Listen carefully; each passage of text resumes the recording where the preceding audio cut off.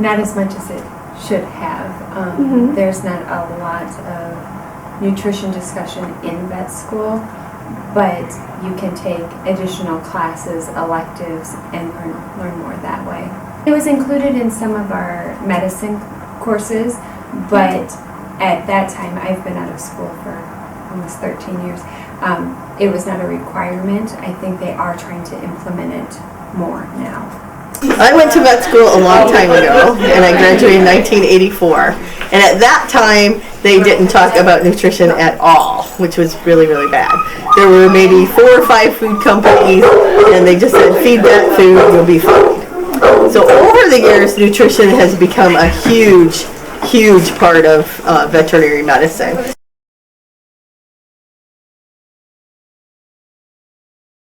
If it comes from a reliable source, their dogs are much more likely to get their nutritional requirements from a vegetarian diet than a cat is, because cats are more obligate carnivores.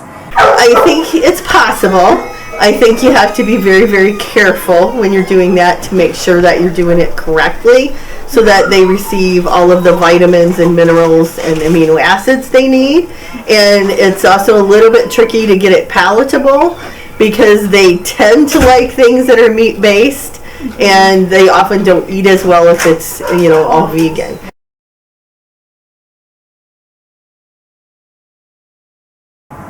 I think if you say vegetarian, not vegan, for cats, it's probably more possible. You can still use some egg protein or something of that nature. Cats are obligate carnivores, which means that they are meat eaters. And so when people in the past have avoided meat in diets, especially we lose out on the carnitine, which results in cats having heart problems. So I've been doing some research on it for clients, actually, so I was kind of excited when you contacted me, because I do have several vegan clients, and they would like to have their pets, kind of do the vegan lifestyle. And we have found very few diets for cats available. Not at this point. I have in the past. I had a canine patient, and the owner was a vegan, and she felt strongly about wanting her dog to be on a vegetarian diet. It was not a vegan diet, and the dog did just fine. We do. Some animals are allergic to proteins in the diet. We have a fair number who have food allergies, and there are actually a couple vegan diets that we will use for those. And I've had a couple clients who were wanting to have their dogs go vegan. Right now I don't have any cats that are on vegan diets.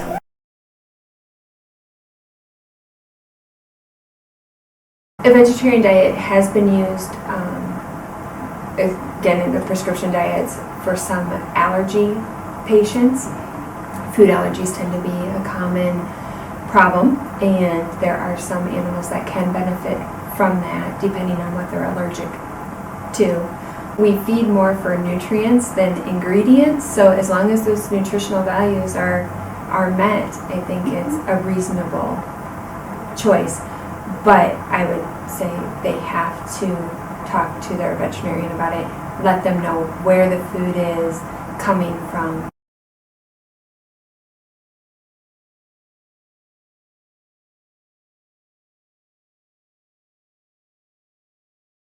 It sounds very optimistic towards having a healthy vegan diet.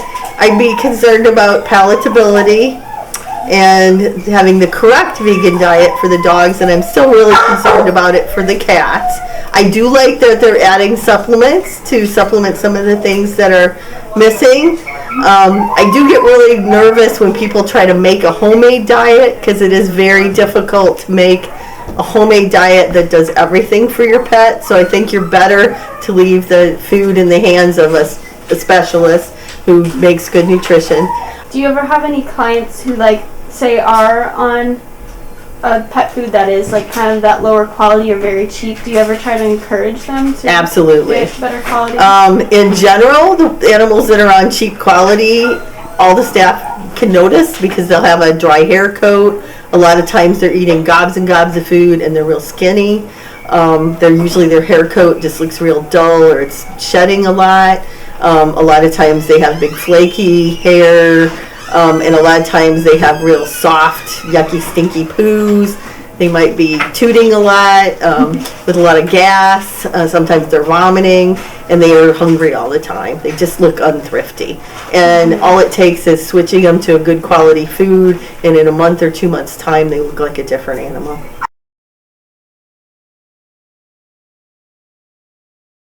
Yeah, they mostly, talked about the taurine and the carnitine, and there are a lot of other things.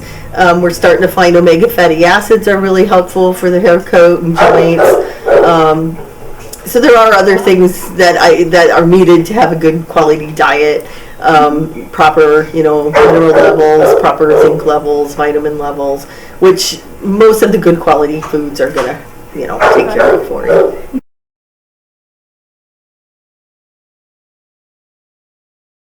Well, again, that's a very difficult one because, especially with pregnancy, being able to get the amount of calories and protein and calcium for health for the offspring, and again for puppies and growth, and just making sure when you evaluate foods, you should want to get a food that does not say for all life stages. You should want one that is life stage specific. For example, a puppy food versus an adult food. A food that says all life stages means that it has to be formulated for the highest nutritional requirements, which is usually a puppy. Older dogs don't need those same nutrients, so they may be getting too much of something. And that's true not even just for vegetarian foods, but that's true for all foods. I'd be nervous doing that when they're puppies and kittens, because they have such a high, that's kind of when everything's getting developed, and I'd be a little bit, especially for cats. Again, cats are my biggest worry because it is really hard to meet their nutritional needs. Dogs, I think if you had a proper diet with supplementing and making sure you were getting enough calcium and phosphorus and vitamin D in your young dogs, I think you could do okay, but again, you'd want to make very careful choices and probably having some kind of vitamin supplement. Adult dogs, I think you're going to be probably okay. Adult cats, if they'll eat a good quality vegan diet, and that also becomes a problem with the cats, is they're finicky, and even on a good food, they just sometimes won't eat it because they're picky and they want the meat. But I think on an adult, healthy, nothing else going on dog, you'd be okay. If they're pregnant and trying to grow babies, again, I would be nervous about having maybe issues with that. And then when we move to the seniors, the meat tends to be a bit more digestible sometimes, and so I'd be a little concerned about some issues there if they started developing other health problems.